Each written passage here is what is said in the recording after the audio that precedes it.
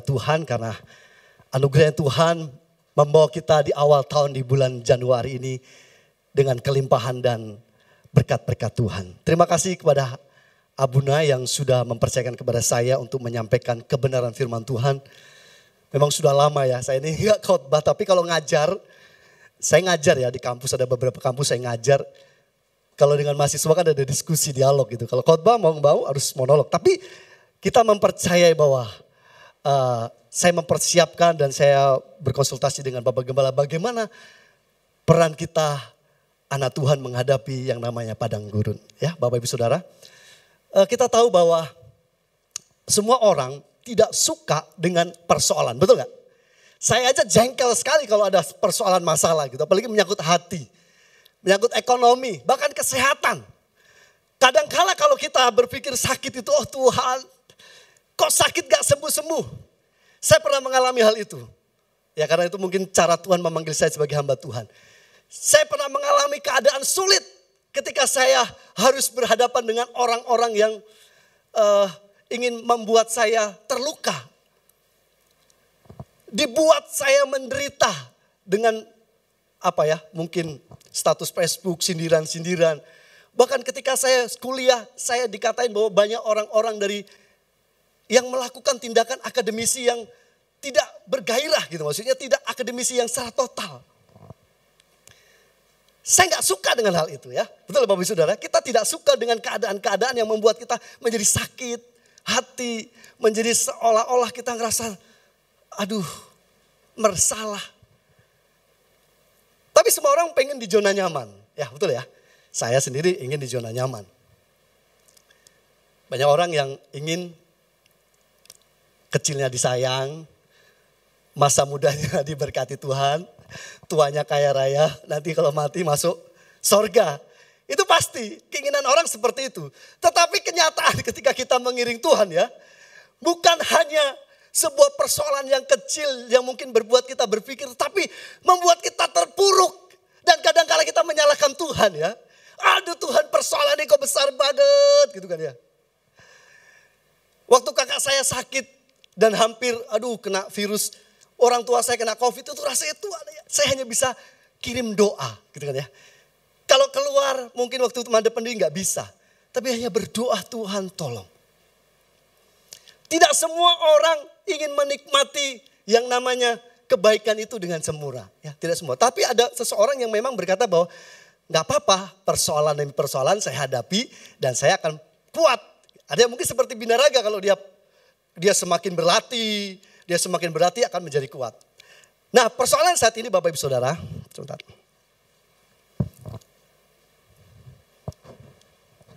Ya. Persoalan saat ini, ya, tidak ada kehidupan di dunia ini yang bebas dari persoalan. Yang seperti saya katakan tadi, tidak ada yang bebas dari persoalan. Semuanya ada persoalan, baik di tempat kerja, di keluarga, bahkan diri kita sendiri pasti ada persoalan. Bahkan kalau kita menghadapi, ada beberapa orang yang kalau saya tanya, kenapa kamu kok tidak suka update story, teman-teman pendeta saya tidak suka update story. Saya tidak suka update Facebook. Karena apa? Kalau saya nanti buka Facebook, saya sakit hati gitu ya. Ada seperti itu ya, teman-teman saya seperti itu. Ada juga yang merasa bahwa dirinya ingin adem ayem tentram. Tetapi kita tahu bahwa tidak ada kehidupan di dunia yang bebas dari persoalan. Di dunia kerja, di dunia pelayan, dimanapun pasti ada namanya besi menajamkan besi, manusia menajamkan manusia. Kita tidak boleh lupa hal itu. Yang kedua, manusia dibelenggu dan diperbudak oleh dosa. Kita mungkin sudah dibebaskan ini Bapak Ibu Saudara dari dosa ya. Tapi ada orang-orang di luar sana yang ingin menggerogoti kita, yang membuat kita menjadi orang yang terpuruk, tertati-tati. Mereka tertawa. Ada seperti itu loh. Perusahaan kita kalau bangkrut atau usaha kita, akademi kita ketika kita kuliah kita drop, orang lain bersuka cita walaupun dia tertawa. Ada seperti itu. Kenapa? Mereka diperbudak oleh dosa.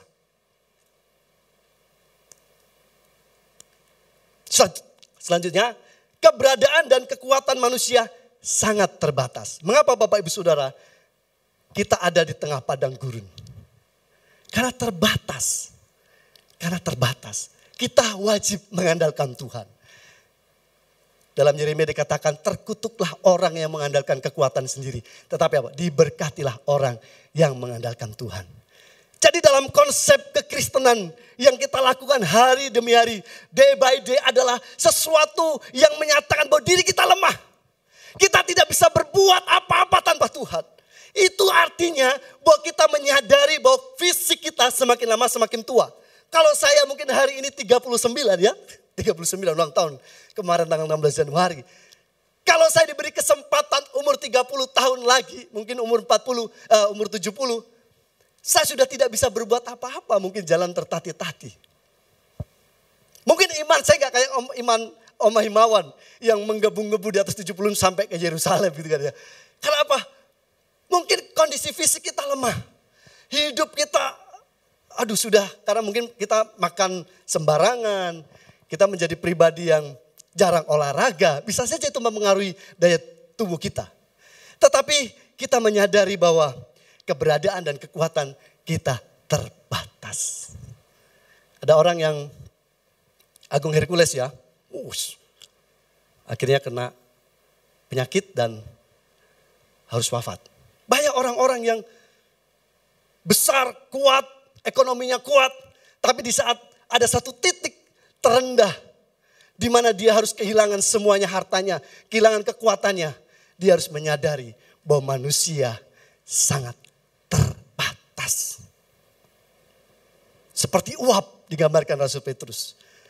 Seperti embun yang hari ini ada, pagi ada, nanti matahari terang sedikit, hilang. Selanjutnya, persaingan dan saling menerkam ada di semua marketplace kehidupan ya. Semua ada. Pasti ada ya. Mungkin Pak Daniel paham hal itu. Pak Ferdi apalagi. Semua ada di marketplace. Mau di akademisi, dosen sama dosen menyikut ada. Mahasiswa sama mahasiswa ada juga. Semuanya ada. Tapi persoalan saat ini kalau kita lihat global yang besar adalah mungkin ada ancaman indikasi resesi global ya. Kayak kemarin ada beberapa TikToker gitu kan ya. Atau mungkin konten kreator, dia harus siapkan uang cash karena apa? Akan ada resesi global dan sebagainya. Ya kita tidak tahu karena keadaan ekonomi ini atau mungkin semakin sulit atau semakin enggak. Tapi firman Tuhan berkata bahwa keadaan akan semakin sukar. Manusia akan mencintai dirinya sendiri. Saling sikut menyikut dalam 2 Timotius dikatakan begitu. Itu realita bahwa keadaan ke depan kita tidak perlu menyadari bahwa humanisme akan semakin baik. Kita akan saling hello. Tidak. Semuanya akan berubah dan kita akan menuju waktu kepada firman itu. Menggenapi firman itu. Manusia akan egois.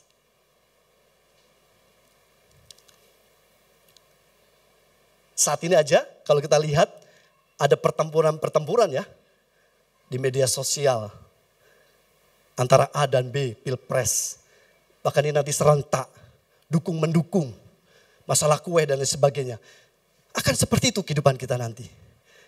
Terus ada proses pemulihan dari ketakutan pasca pandemi. Banyak orang yang hari ini stres.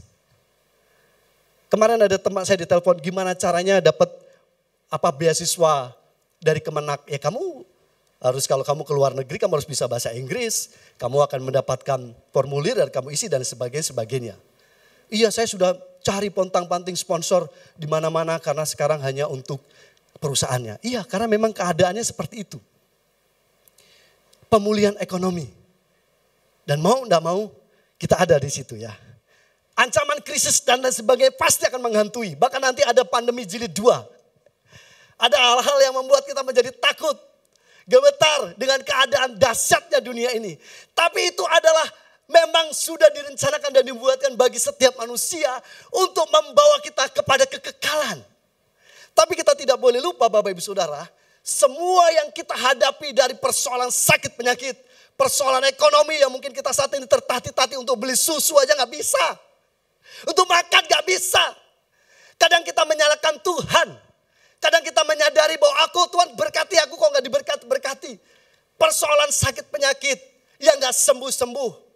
Semua itu mungkin kita menjadikan pembelajaran bagi diri kita. Sehingga kita menyatakan kita ada di padang gurun. Ya Bapak Ibu Saudara, kadang kita menyebutnya sebagai padang gurun. Padang gurun itu saya menulisnya adalah daerah yang menerima curah hujan sangat sedikit. 1 sampai 2 kali dalam setahun. Sangat-sangat tidak ada hujan. Kalau dalam teologi kekristenan atau teologi Yahudi bahwa hujan itu menandakan berkat.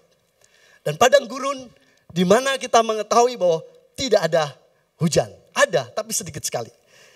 Gurun pasir yang tandus, beriklim panas, bahkan kehidupan ekstrim yang mengerikan. Sangat-sangat tandus. Saya suruh video ya waktu itu sama Om Himawan. Alek, itu ketika kami turun dari Yerusalem ke Jericho itu ada padang. Tandus sekali, tidak ada tumbuhan di situ. Dan saya, waduh kalau saya jalan kaki ini mungkin sudah kepanasan sekali ya. Dan saya melihat tidak ada kehidupan di sana, tandus. Tandus sekali. Padang gurun adalah tempat yang tidak diingini oleh siapapun dan ditinggalkan semua bangsa. Semua orang tidak suka. Saya tidak suka kalau saya ada di padang gurun yang tempat panas, tidak ada hujan, tandus, gersang, gak suka.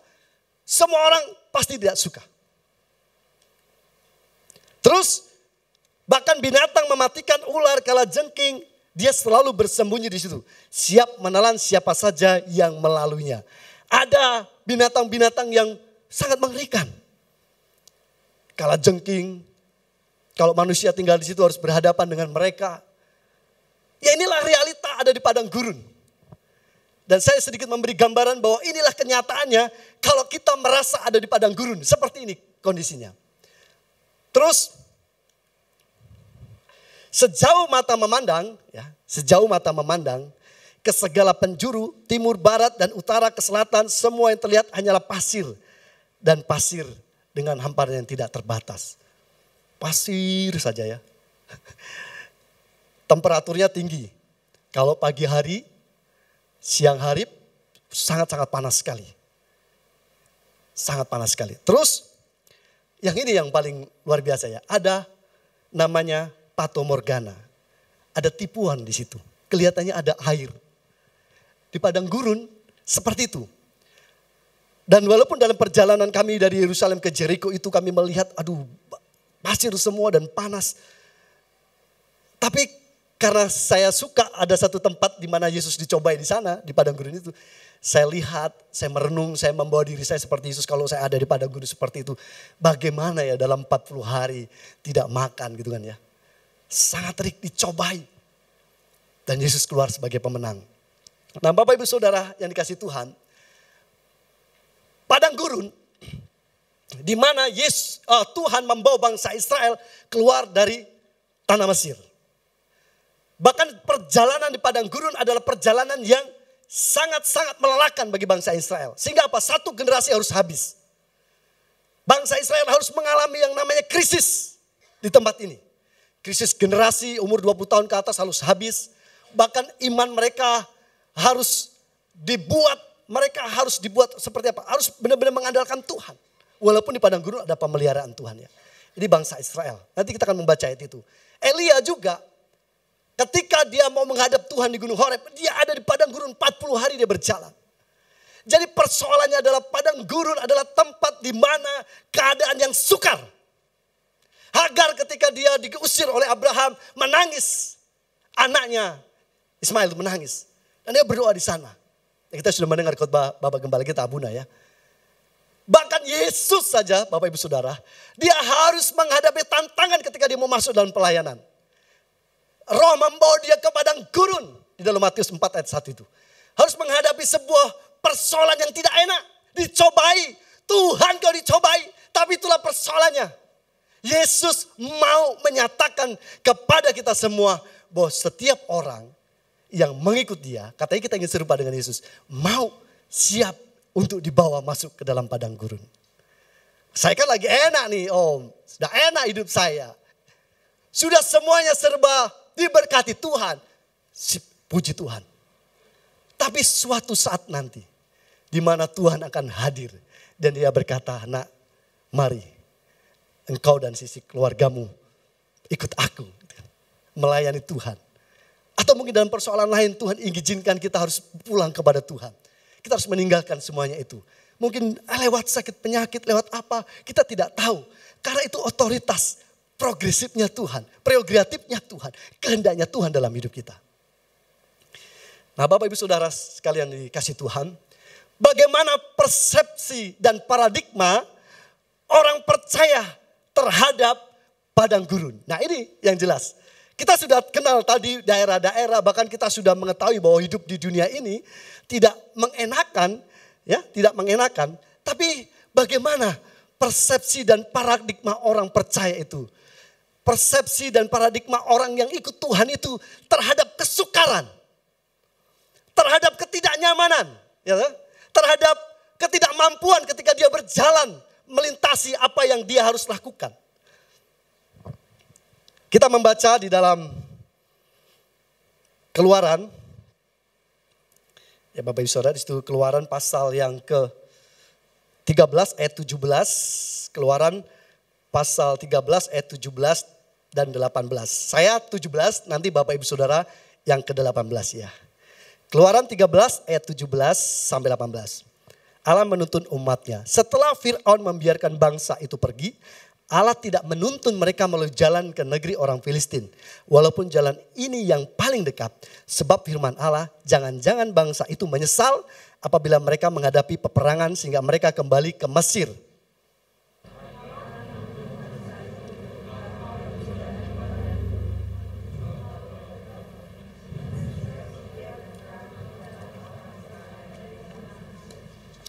Ya, puji Tuhan Bapak Ibu Saudara. Jadi bagaimana ketika kita melihat satu bangsa yang keluar. Di situ dinyatakan bahwa Allah menuntun. Walaupun dalam persoalannya bangsa itu harusnya masuk dalam daerah tanah Filistin. Tetapi apa? Allah menuntun. Ada satu tujuan yang jelas di situ dikatakan. Tujuannya jelas yaitu pertama adalah disebutkan agar mereka tidak menyesal karena harus langsung menghadapi peperangan. Sebenarnya bisa saja Tuhan masuk dari Mesir ke Filistin. Tetapi Tuhan takutnya bangsa ini menyesal karena nanti menghadapi orang-orang dalam peperangan. Karena ini bangsa budak. Dengan segala hal yang dimilikinya. Dengan segala harta benda kan dia membawa ya menjara Mesir. Dia keluar dari Mesir. Sehingga ketika dia mau menghadapi Filistin, Tuhan berkata, oh jangan-jangan nanti bangsa ini tidak mau berperang. Ya, karena bangsa ini adalah bangsa perbudakan.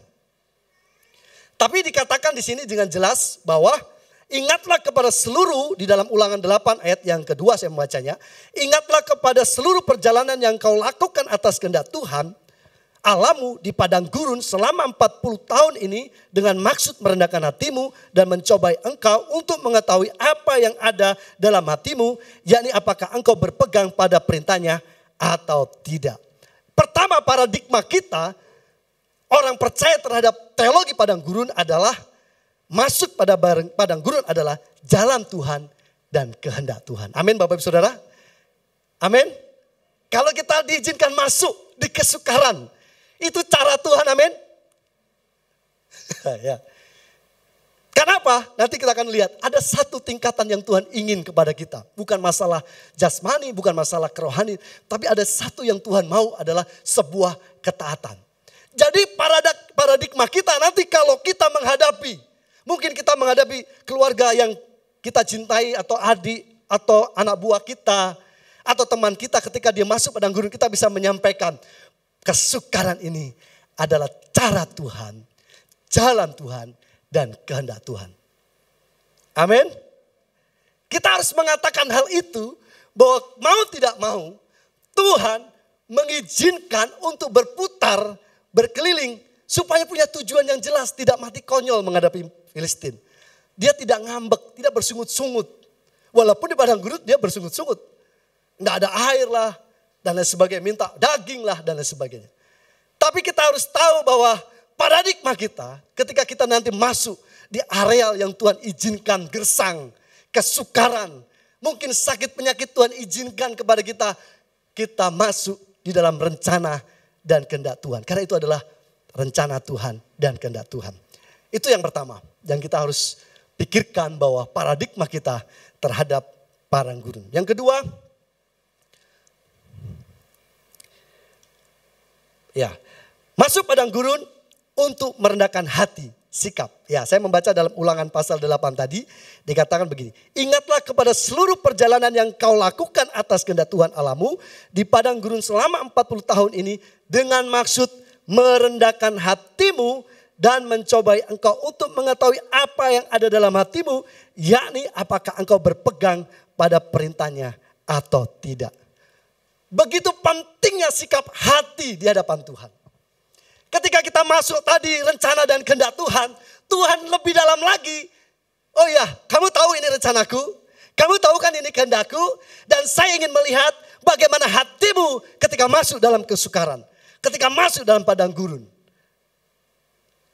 Begitu pentingnya sikap hati kita.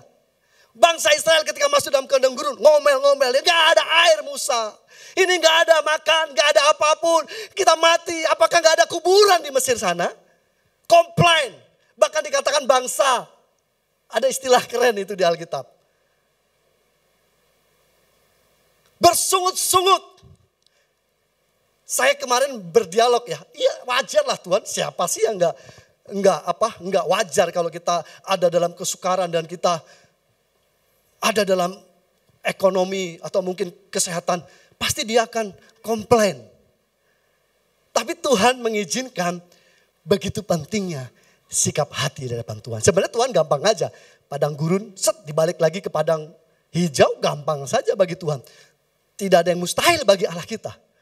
Karena dia ingin melihat sebuah proses ketaatan kita. Dikatakan tadi Ulangan, untuk mengetahui apakah engkau berpegang taat kepada perintahku. Kalau ketaatan itu bicara soal sikap berdiri tanpa hati. Kalau saya bilang kepada teman berdiri, dia berdiri. Kalau saya bilang jongkok, dia akan jongkok. Tapi ketika orang berdiri, puji Tuhan berdiri, jongkok. Tapi hatinya dongkol, ya gak ada artinya apa-apa. Karena ketaatan itu dasarnya kasih kepada Tuhan. Jelas dikatakan begini. Di dalam firman Tuhan Amsal pasal 4 ayat 23 dikatakan, jagalah hatimu dengan segala kewaspadaan, karena dari situlah terpancar kehidupan. Sangat-sangat serius orang Kristen untuk menjaga hatinya. Karena di situ terpancar kehidupan. Saya juga berusaha untuk memancarkan kasih lewat muka saya gitu kan ya. Saya memancarkan keadaan bagaimana saya sebagai dosen, saya tidak memancarkan keadaan bengis dan sebagainya. Walaupun kalau tugas-tugas saya memang harus keras karena mereka harus lebih pintar dari saya. Saya harus mengajari mereka, saya maksimal sehingga mereka bisa menerbitkan karya. Kadang Pak ini susah banget ini bukan pelajaran S1, ini S2. Enggak, kamu S1 bisa. Akhirnya endingnya apa? Di dalam satu semester kemarin ada 23 artikel jurnal yang publish. Oh saya senang sekali. Dari 15 mahasiswa dan 2 mata kuliah saya, mereka terbit 23 artikel jurnal. Publish. Ada yang di Sinta, ada yang di akreditasi, di OJS. Saya senang sekali. Dan itu mengangkat nilai sekolah. Tapi kan kita lihat perasaan hati tadi. Kalau yang tidak bersungguh-sungguh dia tidak kirim artikelnya. Ngapain ini? Yang penting kita kuliah, mengikuti dan lain sebagainya. Tapi kalau dia sikap hati, dia punya sikap hati, dia tulus, dia akan kerjakan. Dan endingnya apa? Ada satu artikel yang dia terbitkan. Nah itu Bapak Ibu Saudara dikatakan. Mengapa penting? Kenapa terpancar kehidupan? Kalau kita ada dalam persoalan-persoalan, kita diminta untuk menjadi saksi. Kalau kita puasa aja, tidak boleh kelihatan orang berpuasa ya. Basuhlah, minyaki rambutmu, tersenyumlah. Kalau berdoa aja, masuk kamar, tutup pintu, berdoalah. Ada ajaran-ajaran yang Yesus nyatakan kepada kita supaya dari wajah kita, dari hati kita itu terpancar kehidupan. Keren ya, tuh lihat. Walaupun Tuhan izinkan persoalan, tapi hatinya bersyukur. Ada satu jemaat di tempat papa pelayanan saya ya. Saya itu sekitar 2 tahun yang lalu dia terkena kanker stadium akhir. Dia bilang ke gereja, Pak Pendeta, minta dana sekian-sekian untuk operasi. Gereja kami itu di transmigrasi. Ya tidak ada lah kalau dana sebegitu besarnya sampai puluhan juta untuk operasi. Lebih baik pakai BPJS dan sebagainya. Orang ini ngambek. Gereja harusnya menolong. Gereja harusnya peduli. Iya, gereja peduli, mendoakan. Bahkan diantar, didoakan, digumuli. Singkat cerita, orang ini kenal dengan seseorang, dipinjemilah dana dengan perjanjian meninggalkan iman. Ngeri gak Bapak Ibu Saudara? Hanya karena uang, hanya karena sebuah sakit penyakit yang mungkin secara medis tidak bisa disembuhkan bagi dokter. Tapi kita kan punya Tuhan. Harus meninggalkan iman. Dari sekolah minggu saya lihat orang ini setia, youth setia, menikah, punya anak. Akhirnya ada persoalan hanya karena tidak ada biaya untuk operasi. Dia harus meninggalkan iman. Ini realita kehidupan. Karena tidak semua orang memiliki ketaatan kepada Tuhan. Tidak semua orang Kristen yang mungkin saat ini tidak memiliki bagaimana hatinya berpaut kepada Tuhan. Ketika diperhadapkan dengan persoalan. Ada orang-orang, bahkan kemarin kita melihat ada hal yang sangat memilukan dalam diri kita. Banyak anak-anak Tuhan yang harus bersinggungan dengan hukum. Begitu pentingnya hati. Terus selanjutnya dikatakan begini. Ternyata hati tidak dengan sendirinya bersih. Kekristenan sejatinya harus terus-menerus menjaga hatinya agar tidak tercemari. Agar tidak tercemari. Kita harus jaga hati kita. Di dalam persoalan kita harus jaga hati kita. Di dalam mungkin pertemanan kita, dalam apapun kita harus menjaga hati kita. Bahkan Daud, Bapak Ibu Saudara, selidikilah aku ya Allah dan kenalah hatiku, ujilah aku dan kenalah pikiran-pikiranku. Daud berani berkata kepada Tuhan, ujilah aku Tuhan. Saya kalau nyanyi, ujilah aku Tuhan, kadang saya masih setengah hati loh nyanyi itu.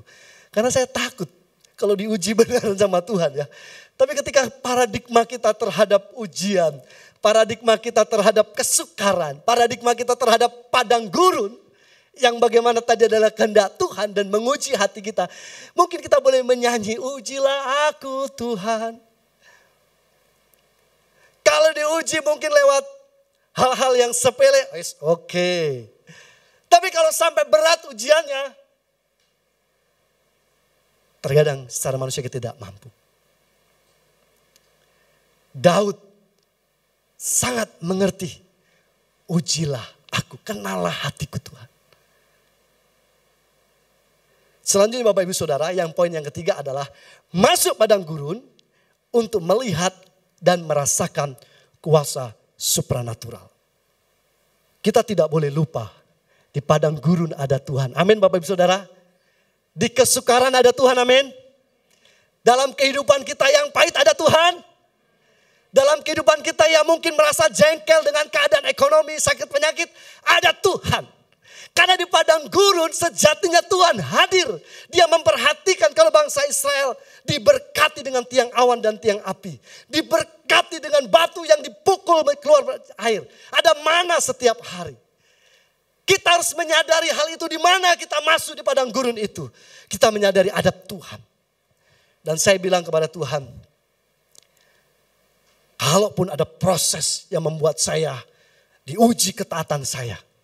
Karena saya melihat ada kuasa Tuhan yang menyertai. Banyak orang percaya, tidak percaya mujizat. Ada loh. Wah, itu kan 2000 tahun yang lalu. Hari ini adalah sosial dan humaniora. Yaitu bicara tentang kalau kamu serius bekerja, kamu mati-matian, dan kamu kerja keras, kamu akan sukses. Tapi dalam kekristenan, kita boleh memang bekerja keras. Tapi kita harus meletakkan iman kita, pekerjaan kita, apa yang kita usahakan di dalam tangan Tuhan. Karena kita akan melihat kuasa supranatural itu bekerja dalam hidup kita. Bapak Ibu Saudara yang dikasih Tuhan. Kalau kita melihat di dalam Keluaran pasal 16 ayat 35, orang Israel makan mana, ya. Bahkan dalam Keluaran 13 ayat 21 ada tiang awan dan tiang api. Ya, ada tiang awan dan tiang api. Menerangi mereka sehingga mereka dapat berjalan siang dan malam. Bapak Ibu Saudara, kuasa supranatural adalah bagian dari kita ketika kita taat. Ketika kita diajak Tuhan ke dalam prosesnya. Kan kita tadi setuju ya, mengikut Tuhan itu bukan hanya aja di zona nyaman. Tapi dalam setiap keadaan-keadaan yang Tuhan izinkan. Bergelombang, naik turun, tertatih-tatih. Mungkin kita terseok-seok berjalan mengiring Tuhan. Digondeli dengan segala mungkin hal yang membuat kita terluka. Seperti Ayub mungkin. Kita harus kehilangan banyak orang, kita harus kehilangan pekerjaan. Kita harus menangis, bahkan tubuhnya harus mengalami penyakit kulit. Tapi mau tidak mau kita akan merasakan kuasa supranatural itu. Amin Bapak Ibu Saudara. Puji Tuhan. Selanjutnya kita melihat bagaimana cara Tuhan menolong bangsa Israel di padang gurun. Di dalam Ulangan pasal 29 ayat yang kelima.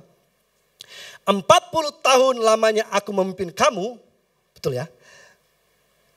Berjalan melalui padang gurun. Ingat, kamu berjalan melalui padang gurun. Pakaianmu tidak menjadi rusak di tubuhmu. Keren banget nih. Dan kasutmu tidak menjadi rusak di kakimu. Bahkan dalam Nehemia 9:21 dikatakan 40 tahun lamanya engkau memberikan mereka makan di padang gurun. Ada makan loh.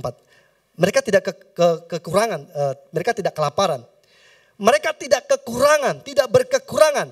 Pakaian mereka tidak rusak dan kaki mereka tidak bengkak. Kalau di atas tadi dinyatakan bahwa kasutmu tidak menjadi rusak di kakimu. Tapi di Nehemia dikatakan kaki mereka tidak bengkak. Ada pemeliharaan Tuhan. Keren sekali saya lihat bahwa kalau ada orang yang mengizinkan dan dia berkata, siap Tuhan. Kalau ini waktunya saya masuk di padang gurun. Kalau ini waktunya saya ada dalam rencana Tuhan untuk naik level. Tuhan akan pelihara hidup saya. Dan saya banyak melihat orang-orang yang memiliki kesaksian yang luar biasa. Hidupnya diberkati walaupun dia baru saja menyelesaikan badai. Baru saja menyelesaikan badai. Dan kita belajar untuk melihat pertolongan Tuhan. Bahkan di dalam Mazmur dikatakan dengan jelas. Dibelahnya laut diseberangkannya mereka, didirikannya air sebagai bendungan. Dituntunnya mereka dengan awan pada waktu siang dan semalam suntuk dengan terang api. Dibelahnya gunung batu di padang gurun. Diberinya mereka minum air, banyak air seperti dari samudera raya. Dibuatnya aliran air keluar dari bukit batu dan dibuatnya air turun seperti sungai. Kalau kita ada nanti ke depannya, kita diizinkan untuk naik level, naik lebih tingkat lagi. Kita percaya kita tidak pernah kehausan. Bicara tentang firman Tuhan akan memberi kekuatan kepada kita. Bicara tentang tubuh jasmani Tuhan akan mengenyangkan kita. Ada mana, ada air, ada hal-hal yang supranatural, pertolongan Tuhan. Bahkan Tuhan hadir melalui tanda-tanda supranatural. Dan kita harus mengimani hal itu. Bapak Ibu Saudara yang dikasih Tuhan. Yang keempat, bagaimana paradigma kita terhadap sebuah teologi padang gurun adalah tempat terbaik manusia untuk mengandalkan Tuhan. Yang setuju katakan amin. Yang setuju katakan amin.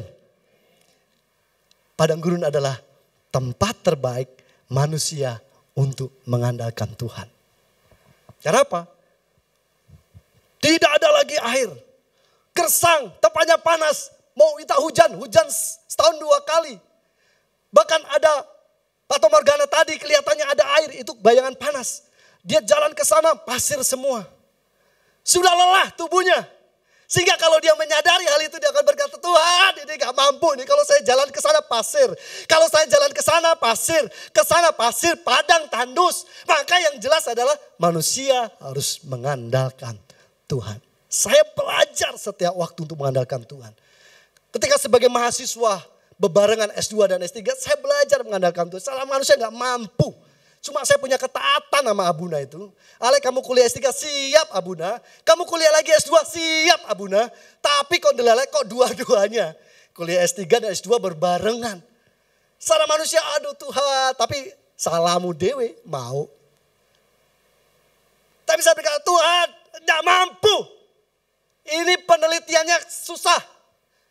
Terbit jurnal. Harus ngajar.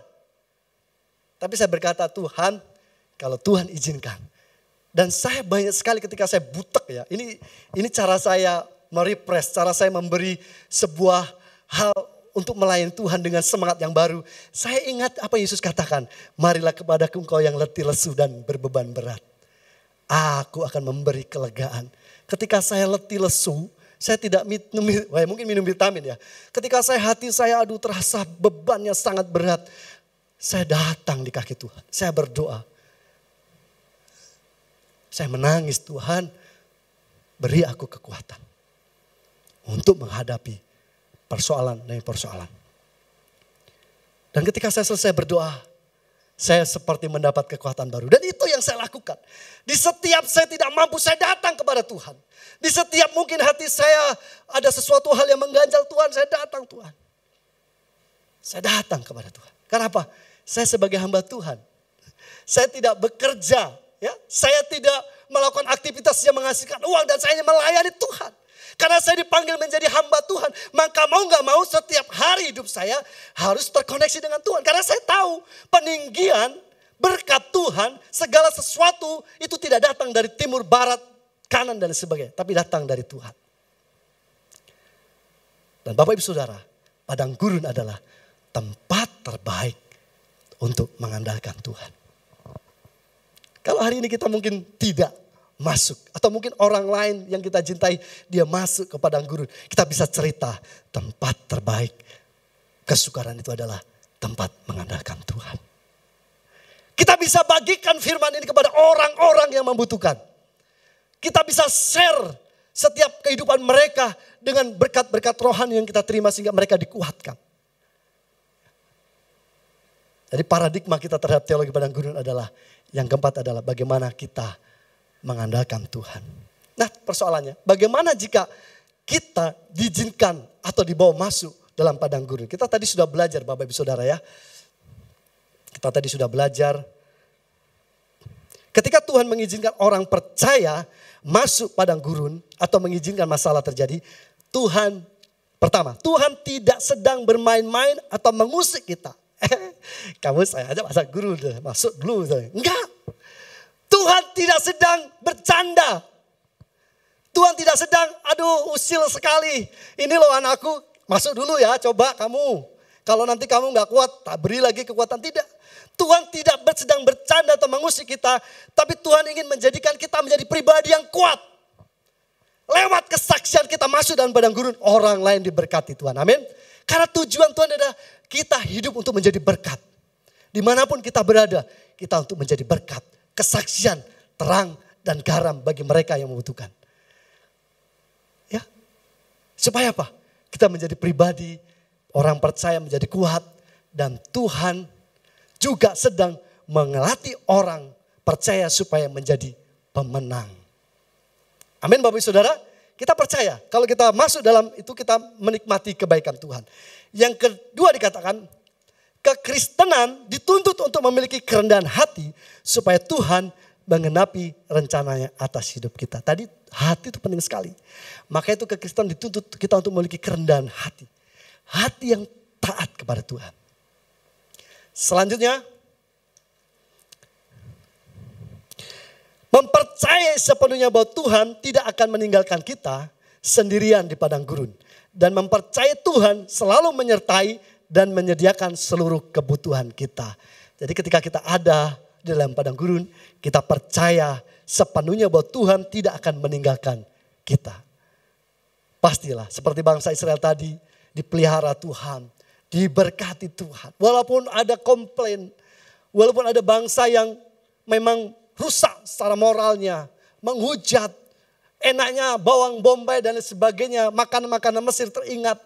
Tapi setidaknya Tuhan menginginkan kita untuk sepenuhnya bahwa Tuhan tidak akan meninggalkan hidup kita. Yang keempat, bersyukurlah karena Anda dipilih untuk naik level atau masuk dalam tingkat yang lebih tinggi.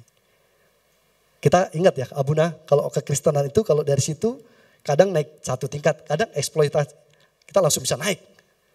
Kalau kita diizinkan Tuhan untuk naik tingkat. Dan persoalannya itu ada di padang gurun. Maka mau gak mau kita harus masuk. diizinkan. Mengapa? Apa yang harus kita lakukan? Pak Dodi boleh maju ke depan. Karena padang gurun adalah jalan Tuhan. Sekali lagi ya. Mengapa kita bertanya-tanya? Mengapa kok saya masuk di padang gurun? Karena padang gurun adalah jalan Tuhan dan kehendak Tuhan. Amin Bapak Ibu Saudara. Amin. Kita harus menyadari itu. Kedua adalah padang gurun membawa perubahan sikap hati. Karena apa? Hati adalah basic, dasar dari segala pelayanan kita. Hati adalah dasar dari segala tindakan kita. Kalau kita mengasihi Tuhan, dituntut untuk segala hal hati kita, jiwa kita, kekuatan kita mengasihi Tuhan. Karena kalau kita melayani Tuhan, kalau hatinya tidak mengasihi Tuhan, kita dianggap orang munafik. Dan Tuhan izinkan kita melihat perubahan hati kita kepada Tuhan. Tuhan, terima kasih. Terima kasih Tuhan. Karena ketika saya masuk dalam sebuah keadaan sukar, Tuhan melihat hati saya. Ini loh Tuhan. Saya berpaut kepada Tuhan. Sakit penyakit, tidak ada. Bagi saya, sekalipun tubuh dan dagingku habis lenyap, hanya Tuhan yang menjadi bagian. Mungkin kita akan berkata seperti itu kalau hati kita mengasihi Tuhan. Selanjutnya dikatakan padang gurun di mana orang percaya dapat melihat dan merasakan kuasa supranatural. Mengapa Tuhan saya masuk dalam padang gurun? Kesimpulannya adalah kita melihat kuasa supranatural. Dan terakhir, padang gurun tempat terbaik manusia untuk mengandalkan Tuhan. Mari kita bangkit berdiri. Terima kasih Tuhan. Terima kasih Tuhan. Kami bersyukur buat kasih setiamu Tuhan. Di saat aku berbeban berat,